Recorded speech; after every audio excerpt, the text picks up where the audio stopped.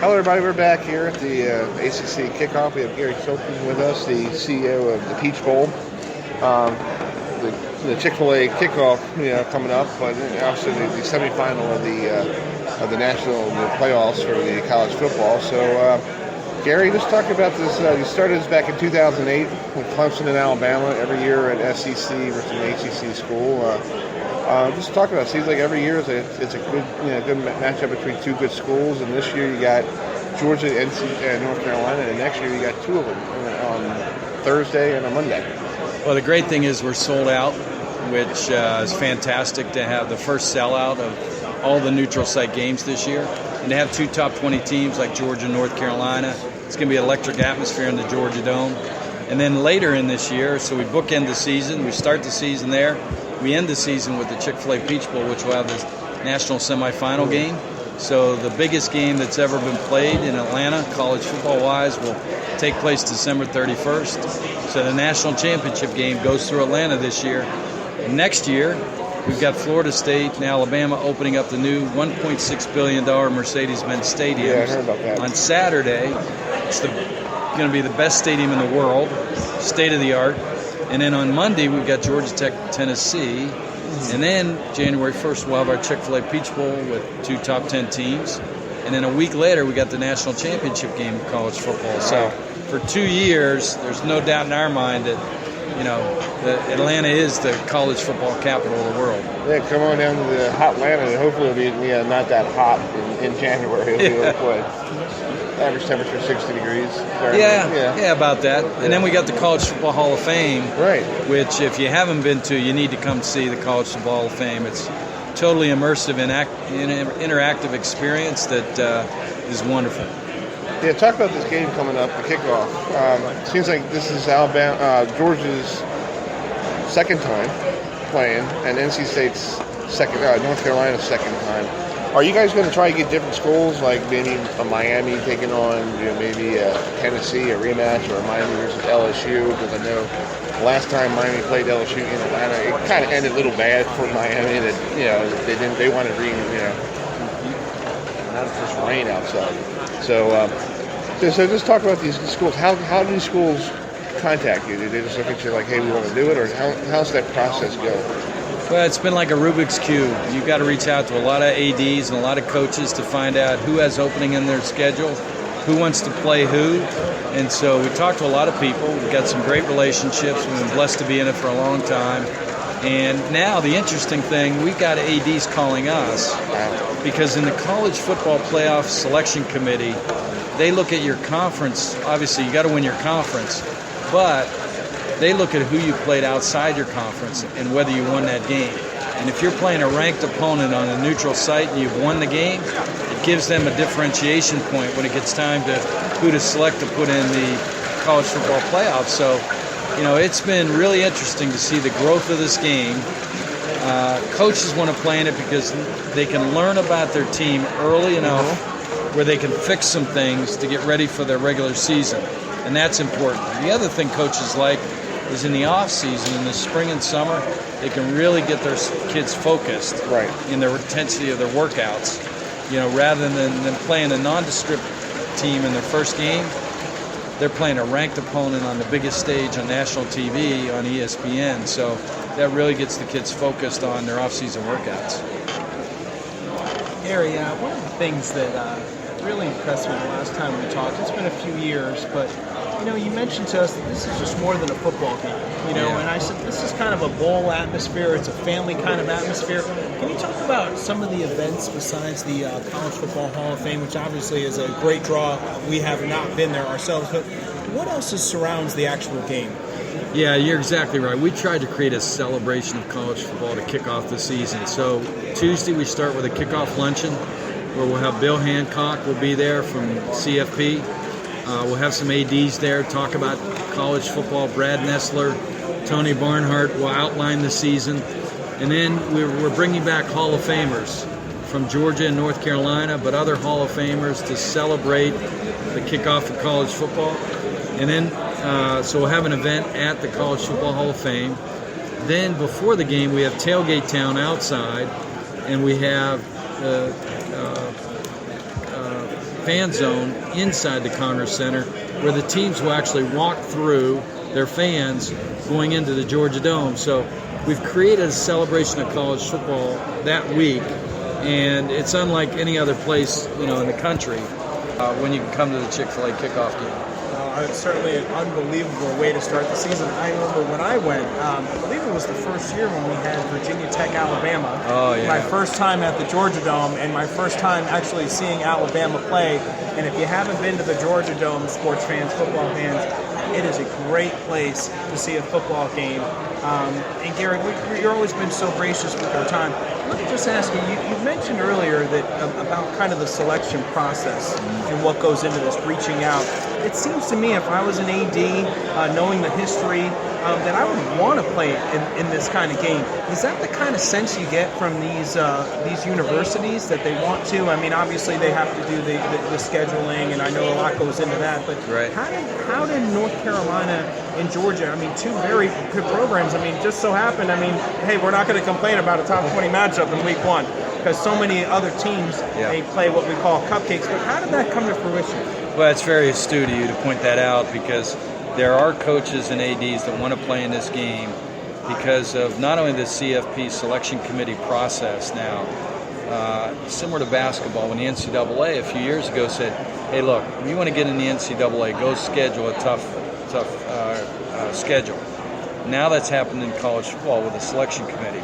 The second thing is that the ADs look at it from a financial windfall perspective.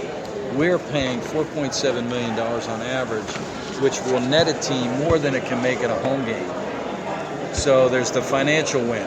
Thirdly, the fans win because we can supply up to 30,000 tickets to let those fans of that team come to attend the game.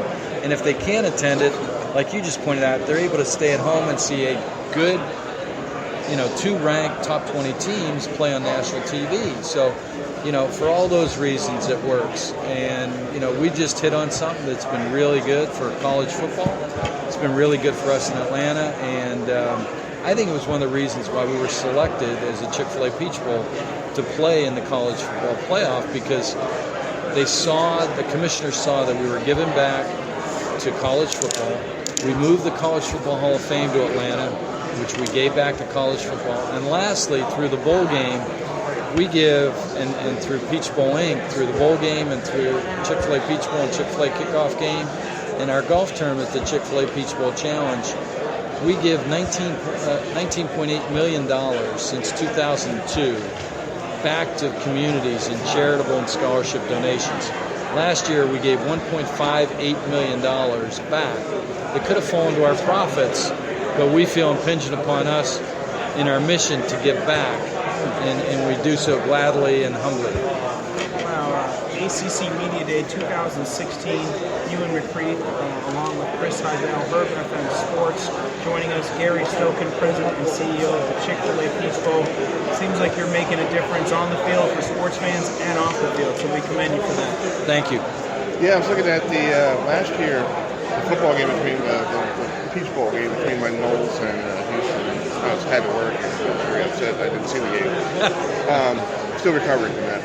Just talking about that game. That game seemed like it was a classic college football game. Like Houston jumped out, on Florida State. Florida State had McGuire hurt his knee, came back, looked like Joe Montana, because my friend said he looked like Joe Montana coming off the bench with that chicken soup game in '79. I don't know where he brought that up the other day, but anyway. But just talk about those end of the season games, those Peach Bowls. They're very exciting games now. Now it's part of, now you guys are doing the semifinal and the final next year, but it's part of the New Year's Day 6 the last 2 years. You had TCU, come back and beat Boise State. In that Ole Miss. Ole Miss in that game. Yeah. I thought it was Boise State. Yeah. It sounded like just like yeah. Those 2 years. What was it feeling like for you the last 2 years in this college football playoff, knowing that you have a good product, that now you can actually make a statement that this is going to be the semifinal and the finals for next year? Well, it's interesting. In 1985, the old Peach Bowl almost went out of business. And when I came in 1998, my first year there, we were called by the Atlanta Journal-Constitution, Mark Bradley, a third-tier bowl game. So now, fast forward to 2000, like you said, 14, where we had TCU against Ole Miss, 2 top 10 teams playing in the Chick-fil-A Peach Bowl, is a part of the New Year's Six. Yeah. In the same sentence as the Rose, the Sugar, the Cotton, the Orange, and the Fiesta Bowl. We've come a long way, baby. And to last year with the Florida State-Houston game, Houston, people didn't realize that Houston, the American Athletic Conference, was really a really good team. Well, I took it for granted. I thought Florida State was going to rank. A lot of over, people did. With Florida State was a train, great team, obviously, top 10. And what happened was Houston had a great game plan to focus on not allowing Delvin Cook to get his yardage. They were going to make McGuire beat them throwing the ball. And then, unfortunately for Florida State, McGuire got hurt, and that really hurt their offense. And Houston's defense was excellent. They played hard.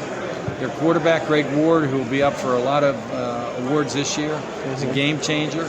And Houston has Oklahoma to open the season, and they have Louisville, I think, the 3rd game of the year. Yeah. If they can win those 2 games and win the American Athletic Conference, don't be surprised if Houston is in the dialogue to be in the college football playoff next year. And talk about next year's new stadium where the Falcons, the Mercedes-Benz Stadium. I guess Mercedes-Benz runs the Superdome in Louisiana. Now they got the other one in Atlanta. So have you had a chance to go through that stadium yet? I know it's being built right next to the Georgia Dome, so I guess down there is a lot of traffic issues during the football season. But just talk. Have you walked through that stadium, and what does that stadium look like now when you picture it in your mind for next year? Yeah, we went through about a month and a half ago. We took a tour, a hard hat tour, because it's still under construction. And to imagine Jerry Jones' board in Dallas that goes from the 20 to the 20. Mm-hmm. Well, the board that Arthur Blank and the Falcons are building, this Jumbotron board is going to be taller than that, but yet go 360 degrees around the stadium. Oh, wow. So it is going to be the newest, greatest state-of-the-art facility in the country, in the world. And so we're going to open it with 2 games next year with Florida State, Alabama, and Georgia Tech, Tennessee, which will both be sold out. And, probably have game day down there and just have a true celebration of college football. But the stadium is going to be unique, unlike... It'll open like a camera aperture. It'll be able to be open and closed within about 8 minutes. So it's going to be just a phenomenal experience. The coaches are going to want to coach in, and players are going to want to play it. Gary, I just wanted to, it's awesome to talk to you. We appreciate your time. We know you're busy, but, it's great to talk to you because we can tell you're enthused about not just the game, but you're, a people person, and we appreciate everything you do. We're looking forward to coming to the Chick-fil-A Bowl this year, and we just want to encourage all of our listeners to be a part of college football history. Go out with your friends and family. This is more than just a football game. And Gary, we just want to appreciate your time. Herb FM Sports, we love you, Gary. We love you. We love you for the food, too. Herb said hide the gift cards before you came here. Let's see if he's still throwing out sandwiches. So we appreciate it. We'll take a short break live from ACC Media Day 2016.